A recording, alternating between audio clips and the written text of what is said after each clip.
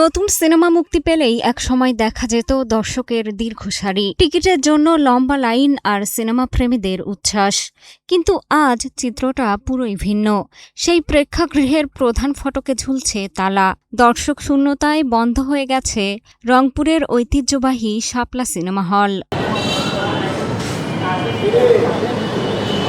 কোনো পূর্ব ঘোষণা ছাড়াই বন্ধ ঘোষণা করা হয়েছে প্রায় ৫ দশকের পুরনো এই প্রেক্ষাগৃহ। গভীর রাতে ট্রাকে করে সরিয়ে নেওয়া হয়েছে হলটির আসবাবপত্র ও সিনেমা প্রদর্শনের বিভিন্ন সরঞ্জাম। বিষয়টি জানাজানি হবার পর হতাশা ও ক্ষোভ প্রকাশ করেছেন সিনেমা প্রেমীরা। আগে ভাই পরিবার নিয়ে এসে দেখা যেত এখানে ছবি, আমরা এলাকার ছেলেপেলে আসি দেখতে পারতাম টিকিট ছাড়া। উপকার হইতো আমাদের জন্য, একটু আড্ডা দেওয়া যাইতো আসিয়া, যে একটু সেফটিভাবে ঢুকতাম, বন্ধু বান্ধব মিলে আড্ডা নিতাম, ঘুরতাম, কথা বলতাম, আসতাম, ছবি দেখতাম। যে একটা নতুন ছবি আসলো শাকিব খানের, যে সিরিয়াল নাই, তখন ম্যানেজার আমাদেরকে দিত, যাও তোমরা দেখো, আর কি এদিক দিয়ে আমাদের জন্য হেল্প ছিল।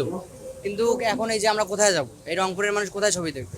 ১৯৭৮ সালে রংপুরের শাপলা চত্বরে শাপলা সিনেমা টকিজ নামে যাত্রা শুরু করে এই প্রেক্ষাগৃহ। হঠাৎ কেন বন্ধ হয়ে গেল দীর্ঘ ৪ দশকেরও বেশি সময় ধরে চলা এই বিনোদন মাধ্যম, তা জানতে চান স্থানীয়রা। দেখতাম যে একটা হল ছিল আমাদের শাপলায়, পরিবার নিয়ে আসতাম, দেখতাম, খুবই ভালো। কিন্তু এই শাপলা চত্বরের হলটা যে বন্ধ হয়ে গেল, খুব দুঃখের বিষয়। এটা কেন বন্ধ হয়ে গেল এটা জানতে চাই। সুস্থ জীবন, সুন্দর পৃথিবী।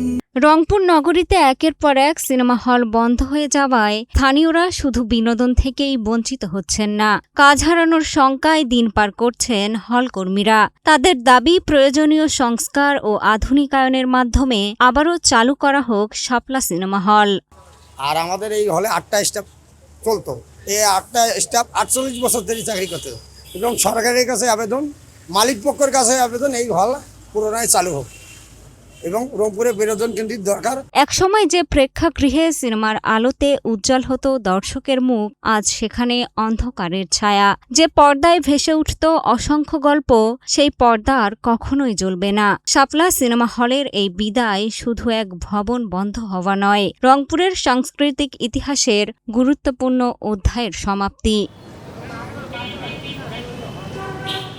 রংপুর থেকে খুশবু হাসান রনির পাঠানো তথ্যচিত্রে ডেস্ক রিপোর্ট, কালের কণ্ঠ।